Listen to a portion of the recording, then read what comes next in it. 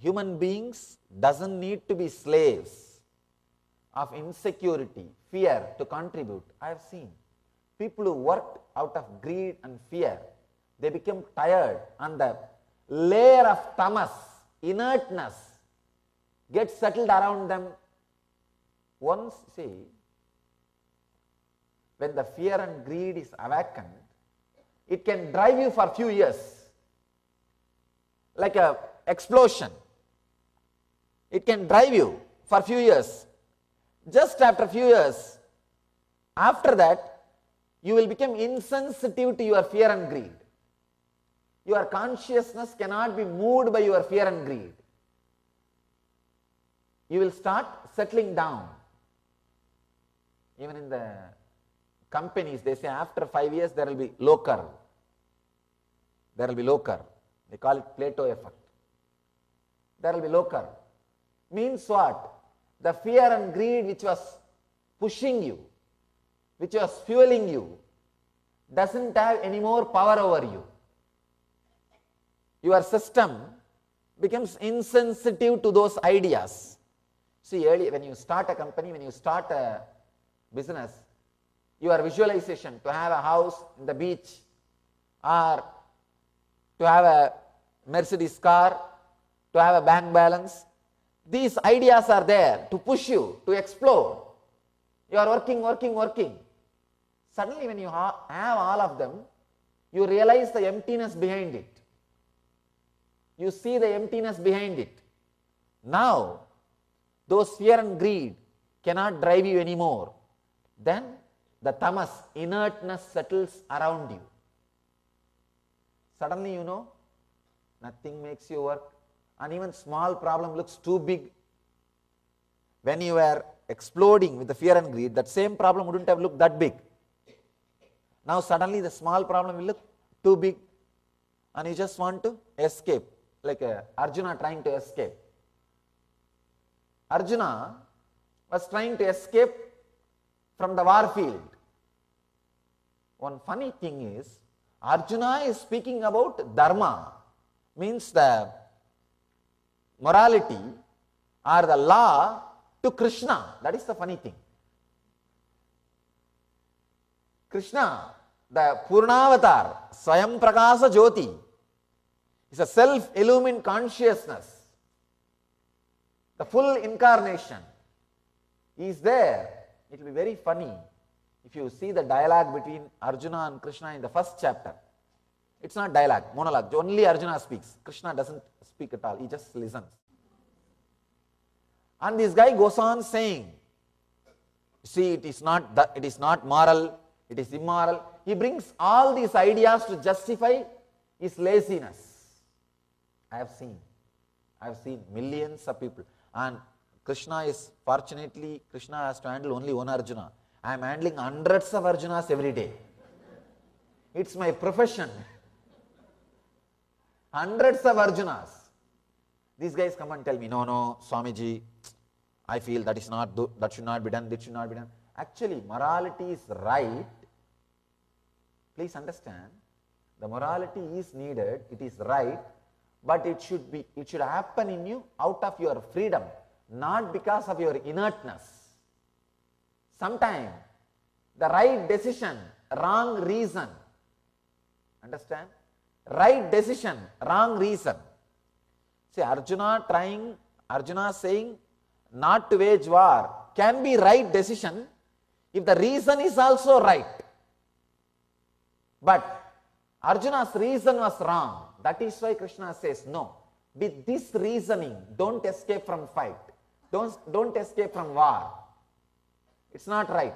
If you have the right reason, you have no problem. You can move away from the war.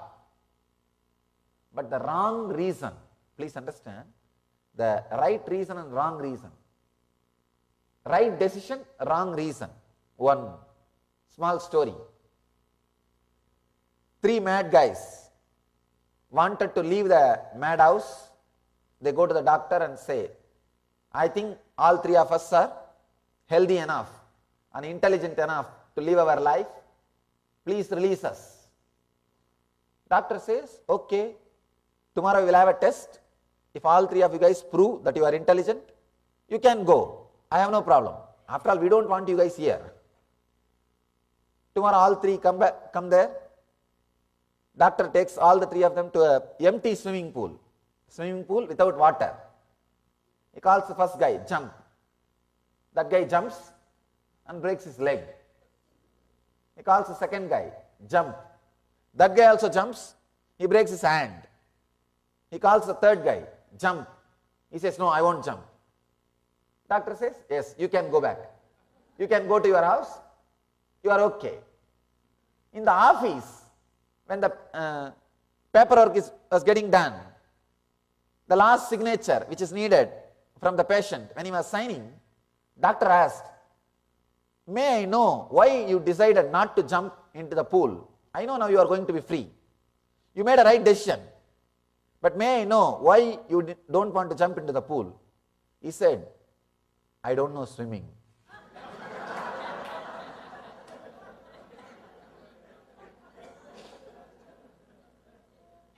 Right decision, wrong reason. Right decision, wrong reason. Please understand. Sometimes you to make right decision, wrong reason. Even if the reason is wrong, you are wrong. Here Patanjali comes. He wants even the reason to be right. Not only decision, even the reason to be right. Understand, the fear or greed doesn't need to be a driving mechanism. The faith, effort, time. I want you to internalize this one truth. When you believe with the ideas of the outer world, when you feel connected to that ideas of the outer world, faith, the fear and greed becomes your driving force. And you are running because of that force. Please understand, that is always going to lead you to depression or hopeless feeling, loneliness. Here Patanjali says, run with the right idea. Let the right ideas be your fuel. Blessed are those who feel connected to spiritual ideas. Please understand, having faith, feeling connected to the spiritual ideas is not an ordinary quality. It is an amazing, extraordinary, I can say it's like a feeling connected. See, anyhow, you have to feel connected to something, either outer world ideas or inner world ideas. You have to feel connected to something. If you don't believe Swamis and spiritual ideas, you will be believing your boss, that's all. But you will be believing some fantasies, that's all. But you have to feel connected to some idea. That's your life. If you feel connected to only to the outer world idea, you will see, it's like having a TV with 2-3 channels. If you feel connected to the spiritual ideas, it's like having a TV with 200-300 channels. The more possibility, more exploring possibility, more possibility for life. Understand? I've always seen, I'm working with thousands and thousands of disciples from all over the world. I have seen atheists always end up in depression. Please understand the basic truth. See, for atheists, only what you see in front of your eyes is a truth. So what is their truth? What they feel connected? The basic need, whatever you need, some luxury, some comfort. So all these things will be fulfilled in few years. Either it will be fulfilled or you will have an idea it cannot be fulfilled. You will come up, it will be clear in few years. After that, what will you do?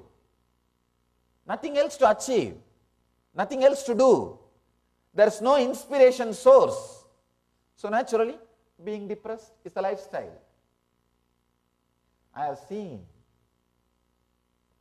a staunch atheist always end in depression. If he is an inspired, excited, working, he is a theist inside. Maybe showing as an atheist outside. That is okay, no problem. For some reasons, in India I have seen so many politicians, they will put up a show that they are atheists. But inside I know they are very strong theists. But I am happy about them. At least inside they know how to preserve themselves without falling into depression. Even if you are atheist, even inside, then nobody can save you. Depression is the only way. With feeling connected to spiritual ideas opens a new door in your life, new dimension of your life. You can explore many more things. Some more dimensions are available to you. It's like having a TV just with 2 channel or 200 channel. Atheists will have only 2 channel. How long will you be watching that same 2 channel? This side, this side, this side, this side, this side, this side. Naturally you will feel depressed. You will feel bored. With 200 channel you have choice, variety. You can continuously explore many different things, many different energies, experiences. Life is a constant excitement. Life is a constant excitement if you are awakened to the spiritual truths and ideas, feeling connected to the spiritual truths and ideas. Patanjali says, starts with this idea of faith and effort and time. First, I wanted you to understand this word faith. You will have faith in something.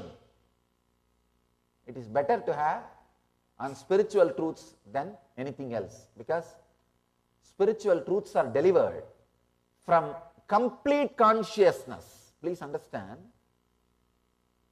the spiritual seers, person like Patanjali, he sees your being thoroughly, out and out.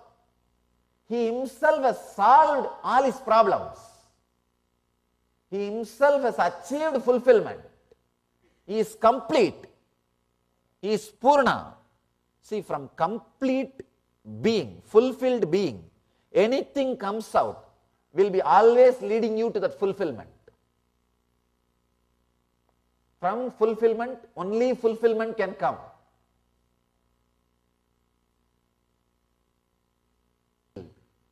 But if you read the Upanishad, man as such is a fulfilled being. That's the first statement. By his very nature, he can be elevated to superconsciousness. Your brain is hardwired for enlightenment. Because the Eastern masters like Patanjali, Ramana Maharshi, Ramakrishna, all of them again and again and again say, out of fulfillment man can function. Out of fulfillment life can express. But the Western psychology again and again emphasizes, only out of insecurity or need for something, fear or greed, man can function. Please understand, out of fear and greed if you are functioning, after some time your engine will become insensitive to the fuel. Same engine cannot be used. The same fuel, fear and greed, may not be useful for the engine. Out of fulfillment, if you are functioning, it will be eternal and continuously contributing. Continuously contributing. Master like Patanjali, they see the whole thing. They see the whole thing. And out of fulfillment, these ideas come out. So if you internalize these ideas and start living, you will also live fulfillment. In Sanskrit, we have a beautiful sutra. Purnamada Purnamidam Purnat Purnamudachyate Purnasya Purnamadaya Purnameva Vasishyate. Out of whole, the whole comes out. Even after the whole is removed from wholeness, the wholeness remains as whole. Vedic mathematics. Vedic mathematics. Understand? Vedic mathematics. Amazing truth. Out of wholeness, wholeness is taken out. After that also wholeness remains. Means out of fulfillment, anything expressed, even after expression, fulfillment will be a fulfillment. It will be continued to express. It will be continuously expressing. It will be continuously sharing. It will be continuously growing.